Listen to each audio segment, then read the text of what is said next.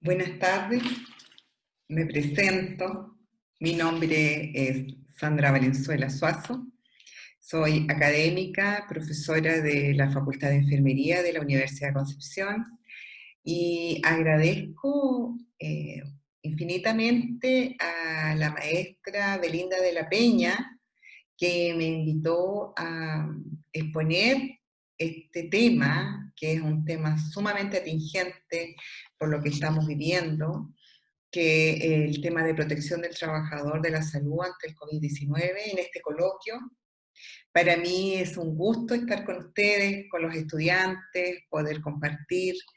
Y la Universidad Nacional Autónoma de México es una importante universidad, una importante amiga que reconozco muy sinceramente y estoy feliz de participar en este encuentro y poder comentarles lo que está pasando un poco en Chile, que estamos nosotros en el plató de la pandemia.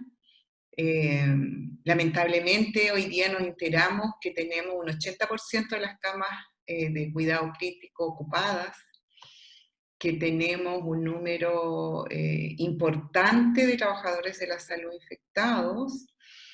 No obstante, hemos tenido una baja mortalidad en relación a la infección. Las estadísticas muestran que somos del conjunto de países que componen la OCDE uno de los que tiene menor mortalidad. Por lo tanto, yo creo que a pesar de todas las complicaciones que estamos teniendo, actuamos tempranamente frente a la pandemia. Quiero también enviarles un fuerte abrazo a los estudiantes que pudieran estarme escuchando y bueno, ojalá el día que se exponga este trabajo yo voy a estar pendiente para poder disipar dudas si en ese momento corresponde o no.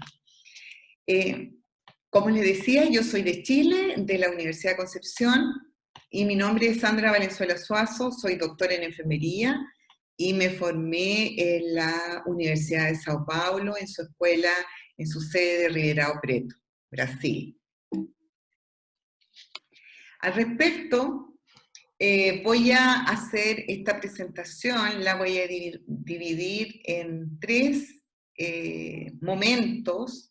Uno, para hacer una introducción respecto a lo que significa la pandemia COVID-19, llamada, ¿no es cierto? Sin embargo, el virus es el virus del SARS, ¿no es cierto?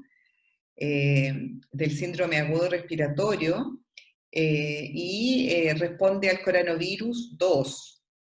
También un segundo momento, que es muy importante para nosotros, voy a dirigirme a hablar sobre la seguridad en el trabajo de enfermería y finalmente a los desafíos que nos esperan para proteger a los trabajadores.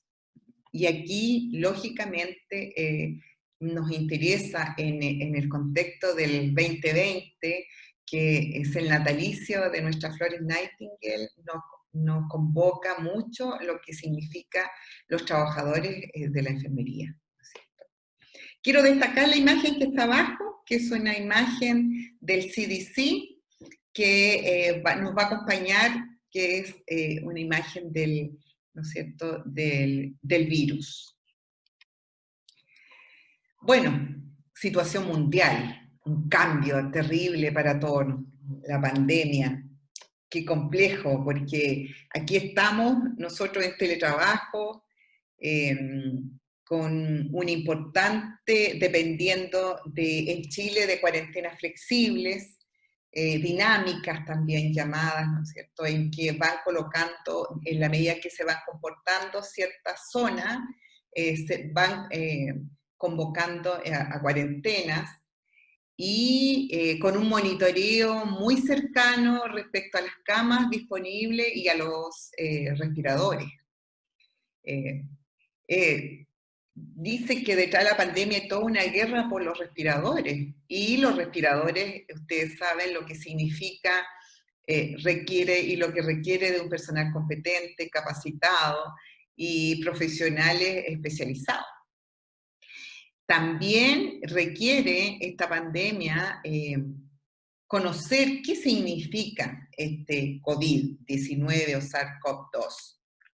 El SARS-CoV-2 o síndrome agudo respiratorio grave por coronavirus es como bien dicen, un cierto conjunto de manifestaciones de un virus de la familia, el Coronaviridae, de la familia coronavirus. Los coronavirus son virus muy frecuentes, pero no en humanos. En este minuto, este SARS-CoV-2 mutó, ¿no es cierto?, de animal, afectando a los animales, mutó a los seres humanos, pero ellos viven habitualmente en aves y otros mamíferos. Los coronavirus han sido responsables de importantes epidemias como la que hubo el 2003 y el 2012. Estas epidemias tuvieron importante mortalidad. De hecho, la letalidad del 2003 se estimó en un 10% y en el año 2012 una letalidad de un 30% de casos fatales. O sea, si bien los coronavirus no es un virus que afecte frecuentemente a los seres humanos, cada vez que lo afecta tiene un importante impacto en letalidad.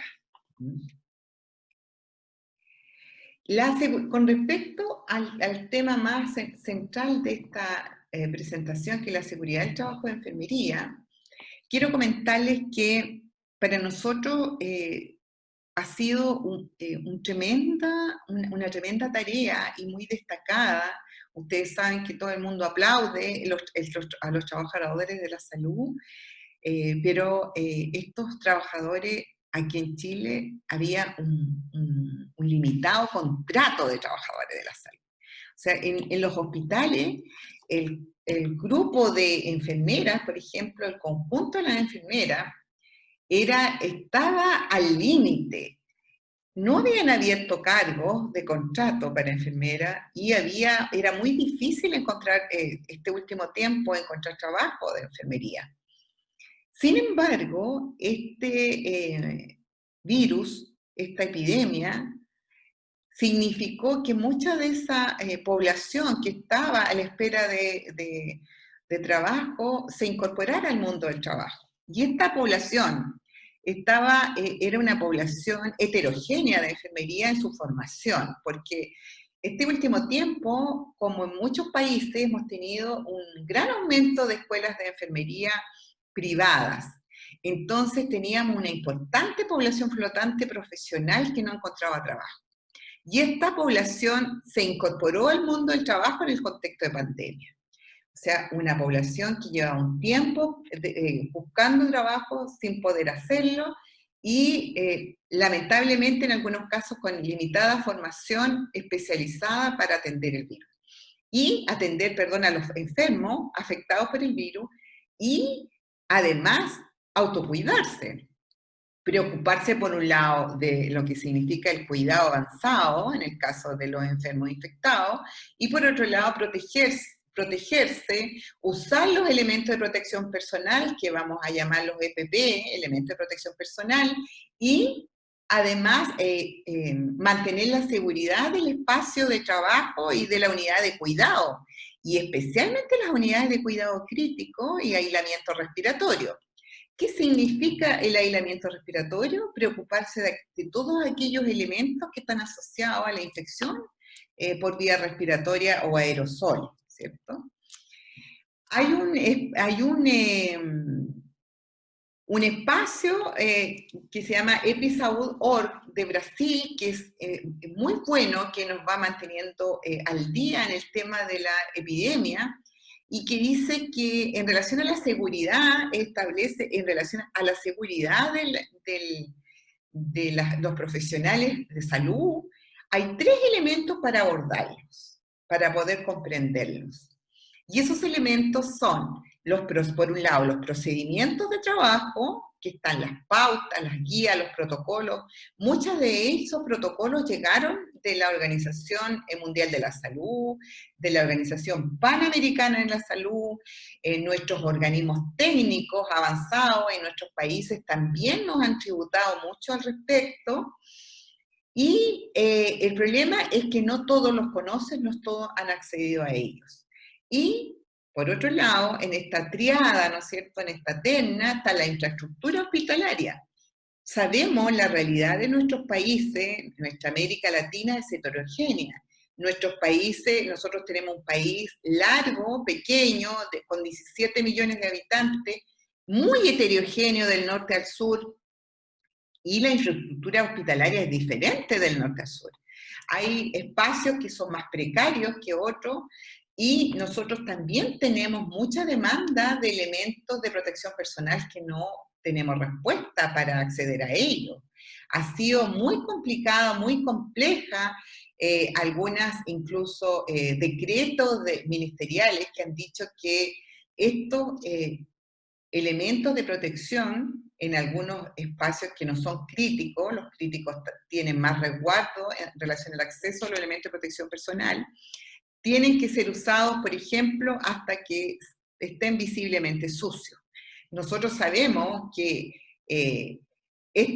si nosotros los mantenemos hasta que estén visiblemente sucios, probablemente ya estemos contaminados. Entonces, hay algunas señales equívocas que han dado algunos organismos que, lamentablemente, siendo técnicos, han cometido errores de lenguaje que tenemos que nosotros sobrellevar. Y por otro lado, en esta terna están los elementos de protección y el entrenamiento del personal, que es súper importante. No es solamente disponer de los elementos de protección personal, sino que además estar instruidos en su uso, en cómo colocarse la bata, qué me coloco primero, los guantes, la mascarilla, la bata, cuál es el orden de colocación, cuál es el orden del, ¿no es cierto?, de retiro de estas batas.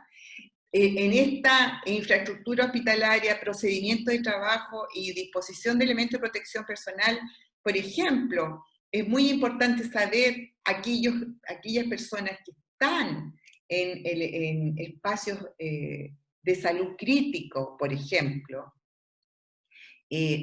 analizar cuánto tiempo puedo estar en ese espacio disponible, ¿no?, de confinamiento, de aislación, porque el peso y la disponibilidad que tenemos, ¿no es cierto?, de elementos de protección hace que no solamente nos cansemos mucho, nos fatiguemos, duele la cabeza, las personas que están con este trabajo y esta presión asistencial sufren incluso de molestias, de cansancio extremo.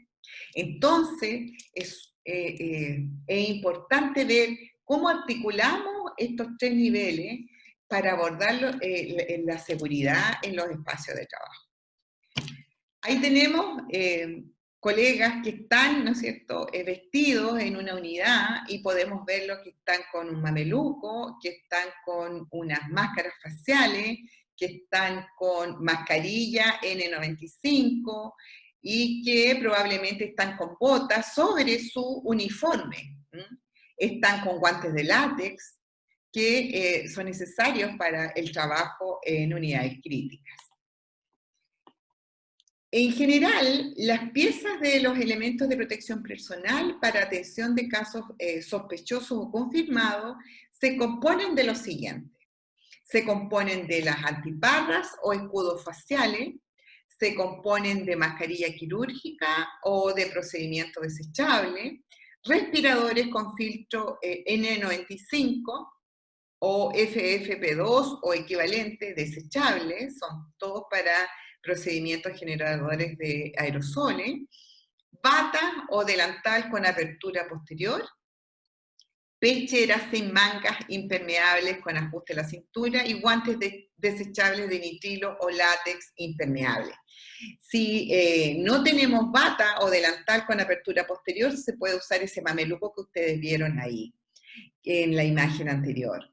Las antiparras o escudos faciales son de un material impermeable, un material transparente que no se empaña, que cubren los ojos y las áreas circundantes alrededor del marco de las antiparras, y debe permitir el uso de lentes ópticos. Y y ser retirado sin remover los lentes ópticos. Hay que tener seguridad, hay que también reconocer que los lentes ópticos no reemplazan el uso de antiparras o escudos faciales. Las mascarillas quirúrgicas o de procedimiento desechable, que ha sido tal vez uno de los elementos más requeridos por no solamente por nuestros colegas de las unidades críticas, asistenciales, de los servicios de la comunidad, sino por las personas. Aquí ha existido una limitada distribución a nivel de la población. De hecho, se está recomendando la mascarilla casera, de uso casera. Nosotros aquí en nuestra casa, yo estoy en mi casa confinada, tenemos mascarillas a disposición de tipo casera, pero el personal de salud no puede funcionar de esta manera y funciona fundamentalmente con mascarillas con resguardo para aerosoles, y entre ellas está la mascarilla quirúrgica. Los respiradores con filtro N95, como les mencionaba, son los más frecuentes, o FFP2 o equivalente, y lo que comentábamos que para protegernos, ¿no es cierto?, nuestro cuerpo, corporalmente, la bata, el delantal con apertura posterior, la pechera sin manga, impermeable con ajuste a la cintura, y los guantes respectivos.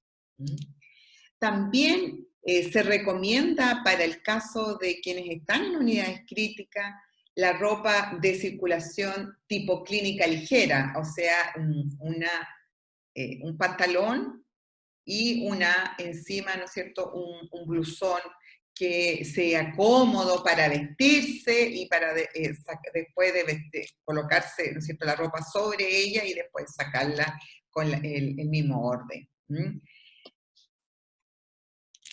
Los resguardos de aislamiento o los resguardos de protección son todos por que este virus se transmite, ¿no es cierto?, por vía oral o respiratoria. Entonces, todos aquellos procedimientos van a requerir resguardo, todos aquellos procedimientos, no solamente el cuidado crítico directo de las personas, de los afectados en las unidades críticas o en las unidades de aislamiento, sino todas aquellas procedimientos asociados al manejo de aerosoles, como son las intubaciones endotraqueales, la broncoscopía, la aspiración de secreciones, las nebulizaciones, la ventilación manual antes de la intubación, la desconexión del ventilador o destete, la ventilación de la presión positiva no invasiva, la traqueotomía y los procedimientos de RCP o de reanimación cardiopulmonar. Entonces, todo aquello que nos exponga a los aerosoles tiene que ser resguardada por todos aquellos elementos. Hemos recibido, y yo creo que en el caso de México es similar, una serie de indicaciones de, por ejemplo, cómo manejar el triage, cómo organizar la llegada de un enfermo infectado, cómo manejar las salas de atención, de recepción de pacientes, cómo manejar las salas COVID propiamente tal, cómo manejar las salas de cuidado crítico, y yo quisiera profundizar un poco más en esto. Permiso.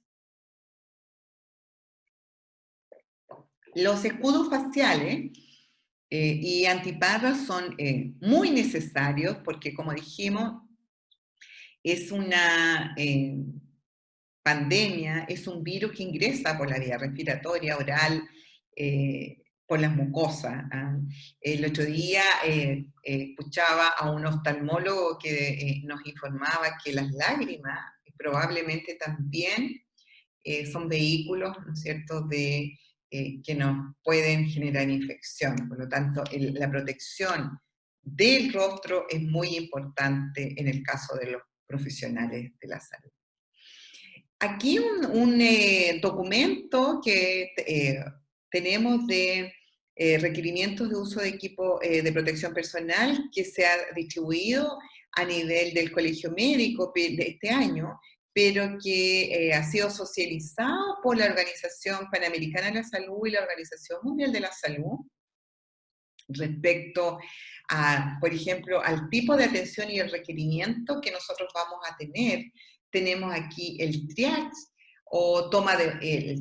¿Qué pasa en el triage? ¿Qué necesitamos frente al triage? Fundamentalmente la higiene de mano y la mascarilla médica, ¿cierto? Frente a la atención de triage. A la toma de muestras para diagnóstico de laboratorio, las batas, ya necesitamos higiene de mano y el respirador, la mascarilla tipo N95, que es la mascarilla médica con filtro, y el protector facial o ¿no es cierto?, la careta, la máscara facial. También el caso sospechoso confirmado, requiera admisión al establecimiento, o el caso sospechoso confirmado de COVID, va a requerir lo mismo, ¿no es cierto? Higiene de manos, bata, respirador, protección ocular y ¿no es cierto?, el uso de la careta, el uso de esta mascarilla protector facial. Las mascarillas quirúrgicas, que son las más usadas, son las más frecuentes. Es sumamente importante que estas mascarillas sean reservadas para el profesional que cuida. Por ejemplo, quien cuida en las unidades COVID-19 o sospecha de ello, en las personas que cuidan todo el personal sanitario, o en las unidades también se recomiendan de cuidado de adultos mayores, porque nosotros sabemos que dentro de la población, por lo menos nosotros en América Latina, más aquí y en Chile, más afectada ha sido la población de adultos mayores y que tienen con comorbilidades, con comorbilidades. ¿Qué hacemos frente a esta situación? ¿Qué hacemos? ¿Qué desafíos tiene para el cuidado de los trabajadores esta situación? Quiero mencionarles un artículo que se publicó en la revista Critical Care hace muy poco, y que es de un grupo de enfermeras del departamento del Centro de Ortopedia de la ciudad de Gannon, de la provincia de Gannon, en China. Y este hospital general recibió a muchos enfermos COVID positivos chinos. Entonces, ¿qué dice? ¿Qué nos dice? ¿Qué vivencia tuvieron que podemos nosotros, que nos pueda servir de experiencia y que podemos hacer nuestra y considerar para organizar la atención de enfermería? Por ejemplo, ellos nos dijeron que era muy importante proporcionar formación y capacitación para los profesionales de enfermería. La instrucción de seguridad, elementos de protección personal del equipo de enfermería es súper importante. Fíjense ustedes que en este minuto están siendo convocados estudiantes a la atención de salud, alumnos que están terminando la carrera de enfermería, personas que están, yo les decía, se insertó en el mundo del trabajo, de la salud, personas que estaban desempleadas y que probablemente llevaban un tiempo desconectados del cuidado. Por lo tanto, es súper importante que todos quienes que estén en este minuto a cargo de pacientes coronavirus positivos, tienen que estar formados para esa atención y capacitados. No solamente en lo que significa la atención y el cuidado mismo, sino en la seguridad, en el manejo de todos los elementos de protección personal, en el manejo del cuidado crítico. También ellas consideran súper importante que estos profesionales debieran tener un horario de turnos razonable y fundamentado. Fíjense que este grupo de autores de este artículo recomiendan que el horario del cuidado, estos turnos no debieran ser superiores a 6 horas, porque ellos hablan del riesgo de deshidratación, de fatiga, de dolor de cabeza, de mareo, que significa la situación del aislamiento y del cuidado directo del enfermo en aislamiento. Porque la ropa en sí, todo lo que significa, genera, ¿no es cierto? Y el confinamiento genera un cansancio extra. Entonces, ellas recomiendan un turno de 6 horas y que la última hora ingrese, o sea, 5 horas más 1 hora, con otro colega al cual tú le puedas entregar completamente el turno y pueda establecerse una articulación respecto del cuidado en directo, con el enfermo al lado. Resulta interesante y como ellas lo ponen, razonable, un cuidado y un turno razonable para quienes entregan este cuidado crítico, directo y con tantos elementos de seguridad respectivos. Aprovechar también al máximo el sistema de control de infecciones. Todos nuestros hospitales tienen un sistema de control de infecciones, tienen elementos de seguridad y tienen personal capacitado. Por lo tanto, ese recurso tiene que estar también en la primera línea. Requiere estar nutriendo, requiere estar proveyendo de información y estar permanentemente haciendo la instrucción del personal que está a cargo del cuidado. También consideraron ellos que era muy necesario proporcionar un asesoramiento psicológico al personal. Genera estar muy cercano al cuidado crítico, a la muerte, a la angustia, a la lucha, pacientes en situación de prono, enfermos con mucha demanda,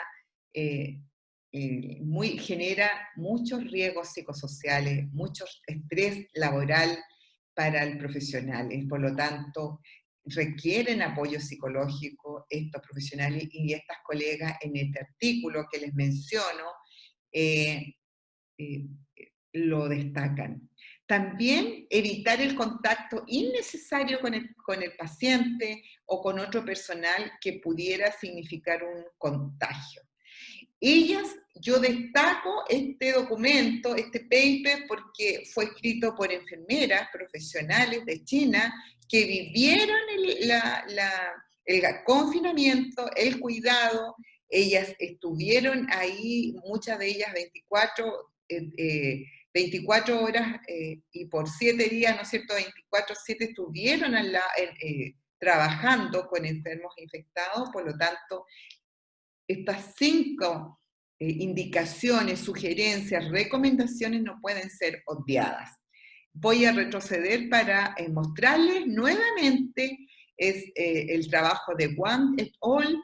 En la revista Critical Care, el número 24, 120, o edición 24, número 120, y ahí está el DOI, para que ustedes puedan buscarlo y acceder a él.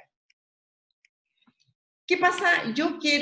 No puedo dejar de mencionarles qué pasa en Chile, o qué nos ha pasado en Chile. De alguna manera les comenté algunas cosas, pero nosotros en este minuto, a fines del mes de abril, el Colegio de Enfermeras de Chile hizo un levantamiento, una investigación donde le preguntó a las enfermeras de todo el país la información de profesionales contagiadas hasta ese momento y cómo era la disponibilidad de elementos de protección personal. Bueno, esta encuesta la respondieron 1.023 enfermeras de todo el país y en ese minuto, estamos hablando a fines del mes de abril, habían 44 enfermeras que estaban colegiadas, porque hay un grupo de enfermeras que no están colegiadas y eso es importante destacar. Estas son 4 colegiadas, por lo tanto, la población de infectadas puede ser mayor. Informaban que estaban contagiadas por COVID-19. Ahora, tal vez lo más importante es lo que ellas dijeron, estas 1023 enfermeras. Dijeron que había un importante déficit de elementos de protección personal y que estos déficits estaban dados fundamentalmente por dos elementos. La mascarilla, que tiene la indicación para el cuidado crítico N95 y que este déficit alcanzaba prácticamente un 70%, y los elementos de protección ocular, cuyo déficit es casi de un 48%. También existía déficit en la mascarilla quirúrgica de casi un 41%, había déficit de guantes de un 13%, pecheras de un déficit de 34%, imagínense las pecheras plásticas, delantales con un déficit de 34% y teníamos población de enfermeras que no tenían elementos de protección personal y que esto casi llegaba, grupo de enfermeras casi era un 17%. Entonces, es triste reconocer, yo les comentaba inicialmente, en este minuto Chile está siendo destacado como uno de los países que ha enfrentado más tempranamente y de mejor manera la infección, con un bajo nivel de, ¿no es cierto?, de contagio aún y con un bajo nivel de decesos de pacientes fallecidos. No obstante, los trabajadores de la salud, las enfermeras, los profesionales de enfermería están siendo muy expuestos a labores de cuidado crítico, todavía sin elementos de protección personal. Y esto tenemos que reconocerlo y ser dignamente reconocerlo y mostrarle a ustedes que probablemente la realidad que ustedes viven en México, no la sé, pueda ser similar, porque esta situación está ocurriendo también en Chile. Ahora, ¿cómo cuidar al personal de salud? Un espacio que nos está ayudando mucho a tener herramientas para cuidar al personal de salud es la Organización Internacional del Trabajo. ¿Y por qué digo espacio? Porque he estado viendo, yo recurriendo mucho a la Organización Internacional del Trabajo, porque nos está periódicamente entregando evidencia a través de investigaciones sobre elementos fundamentalmente de salud ocupacional que nosotros hacemos uso. Yo quiero destacar un artículo de la Organización Internacional del Trabajo que dice 5 formas de proteger al personal de salud durante la crisis de la pandemia. Y fue escrito por el Departamento de Políticas Sociales por dos autoras, Christian Wischow y Maren Ofte, en abril de este año, del 2020. Entonces, destaco estas 5 formas de proteger al personal de salud durante la crisis. Ellas dicen que tenemos que concentrarnos en, primeramente, preservar la seguridad del personal de salud, preservar la seguridad del personal de apoyo, preocuparnos del personal a cargo de la limpieza. A veces se nos olvida lo que dependemos del personal de aseo, del personal de lavandería, que tiene que movilizar los desechos sanitarios. Tenemos que mirar y preocuparnos de ellos, mirar, observar y cuidar de ellos. Tenemos que disponer de equipos de protección personal y tenemos que enseñarle a este personal nuestro de enfermería, muchas veces que está adscrito al personal de enfermería, enseñarle su utilización correcta. Yo no he profundizado sobre el uso de las batas, de las caretas, ¿no es cierto?, de esta mascarilla facial, de cómo colocarse los guantes, porque yo entiendo que cada país tiene sus protocolos, pero los protocolos son más o menos similares, y eso son elementos más de instrucción que ustedes pueden tener más cercanos en su país, y no quiero alargarme en esta presentación, pero cuando yo digo enseñarle la utilización correcta, no es solamente que el profesional de enfermería conozca muy bien la utilización de esto, sino que el personal de apoyo, ¿no es cierto? Lavandería, el personal de limpieza, el personal de esterilización. También se ha destacado de manera muy importante la disponibilidad de las pruebas de detección de la infección por COVID-19. Necesitamos preservar la salud del personal y la seguridad de los pacientes, para eso necesitamos saber quiénes están infectados. Y quiénes están infectados y probablemente están sin síntomas, ¿cierto? ¿Quiénes son portadores? Necesitamos separarlos y ponerlos en cuarentena para que no sigan diseminando la infección. También estas autoras nos orientan y nos guían, en segundo lugar, a proteger la salud mental de los trabajadores de la salud.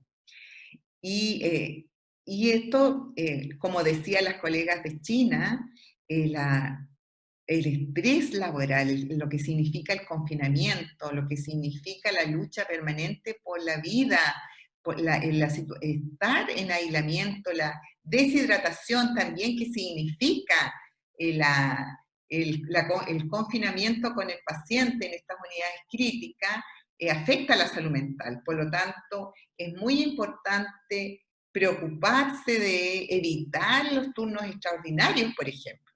¿Ah? Aquí en Chile están haciendo nuestras colegas 24 horas, sobre todo las unidades críticas, porque son profesionales técnicos especializados, que no tienen un relevo, ¿no es cierto?, tan fácil. Es difícil relevar a un profesional técnico, especialista, por otro de las mismas características. Entonces, muchos de ellos están trabajando 24 horas. Imagínense el impacto en la salud que ellos van a tener o que pueden tener en la salud física y mental. Las colegas del artículo de China que les mencionaba con anterioridad recomendaban que no más de 6 horas en la unidad de aislamiento, para que así pueda yo vestirme y también retirarme todo el equipo una sola vez en el turno. Bueno, el enorme volumen de trabajo también afecta a la salud mental.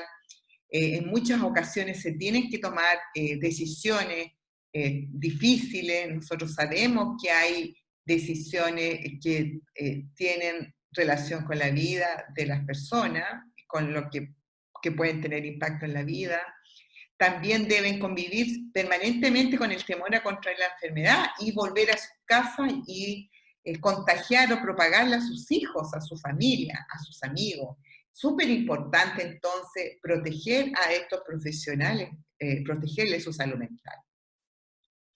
Yo ya creo que lo había comentado, la carga de trabajo adicional que significa el aumento en las horas de trabajo.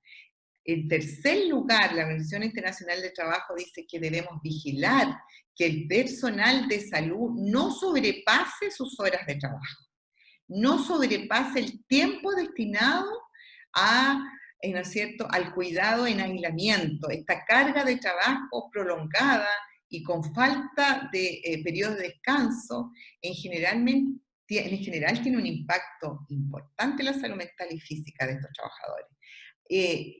Busqué esta imagen que se difundió mucho por las redes sociales de cómo quedan marcadas los rostros de las personas posterior al uso de los elementos de protección personal.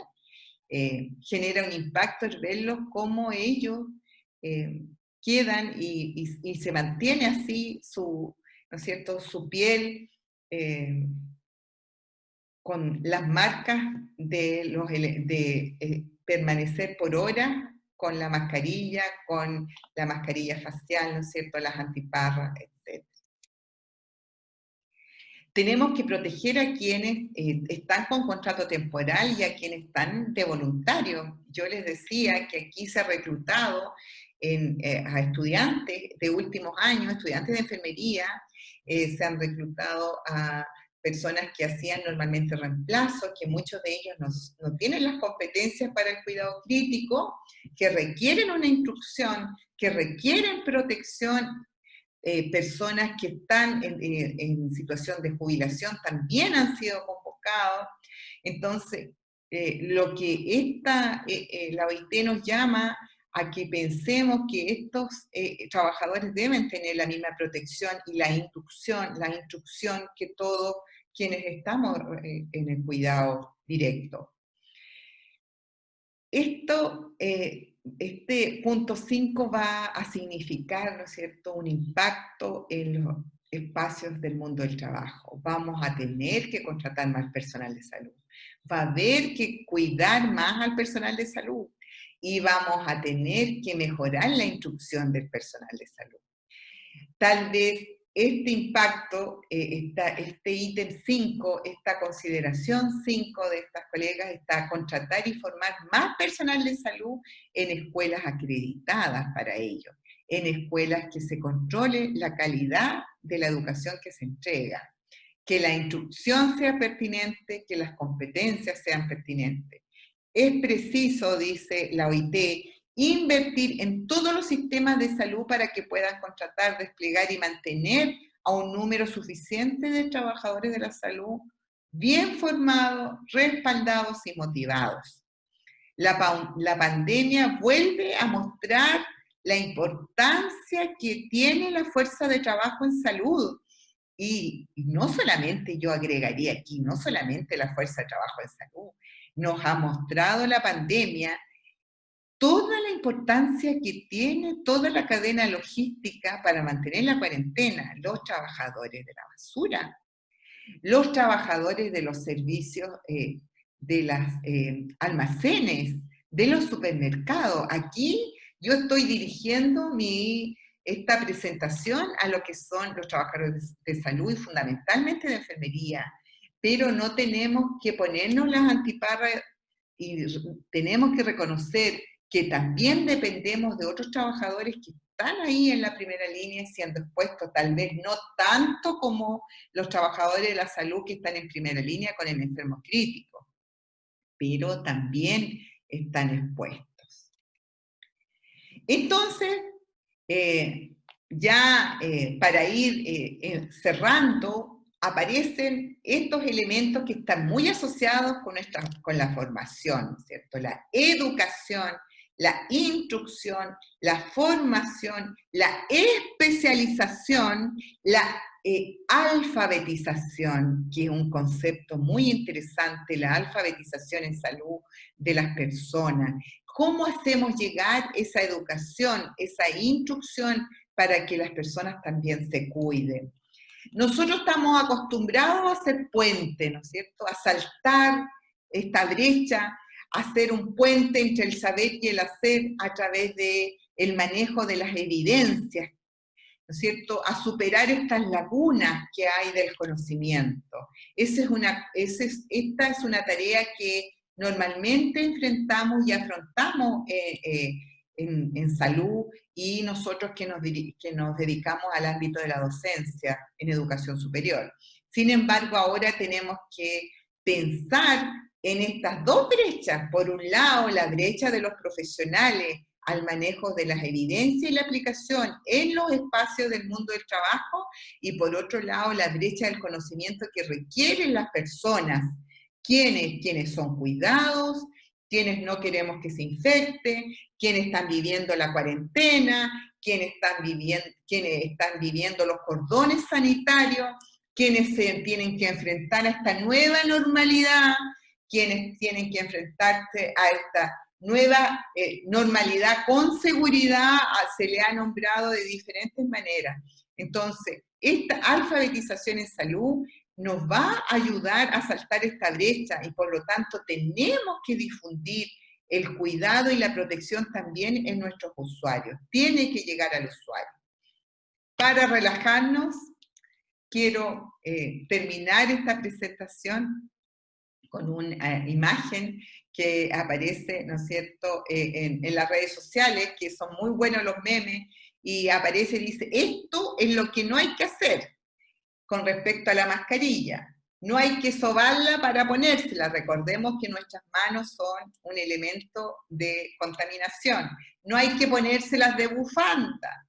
No hay que ponerse la mascarilla de sombrero. No hay que dejar la nariz fuera o taparse solo la boca. No tenemos que tocarnos la cara. Y tenemos que cada cierto tiempo cambiarla, ¿cierto? hay que cambiarla. Una mascarilla casera habrá que cambiarla y lavarla, y las mascarillas quirúrgicas sabemos que son desechables. Hay algunas que tienen mayor duración, las N95 tienen depende de su uso, 3 a 5 días, incluso ellas pueden ser esterilizadas. Otro meme que me pareció muy encantador, como una abuelita le hace, ¿no es cierto?, a una enfermera una mascarilla que por supuesto una nostalgia, no sirve de mucho, pero es un cariño de la abuela. Con esto quiero terminar. Quiero nuevamente agradecer a la profesora Belinda de la Peña que me invitó a dar esta conferencia y mandarles un abrazo contenedor, cariñoso, desde mi teletrabajo, desde mi hogar, desde mi casa en Chile, en Concepción. Esta profesora de enfermería de la Universidad de Concepción, les envío un gran cariño a cada una. Tengo mi amiga Angélica que también trabaja ahí, y le mando un abrazo. Y bueno, decirles que estoy aquí disponible y que espero conocerles en algún minuto. Me despido, será hasta pronto, si Dios así lo permite.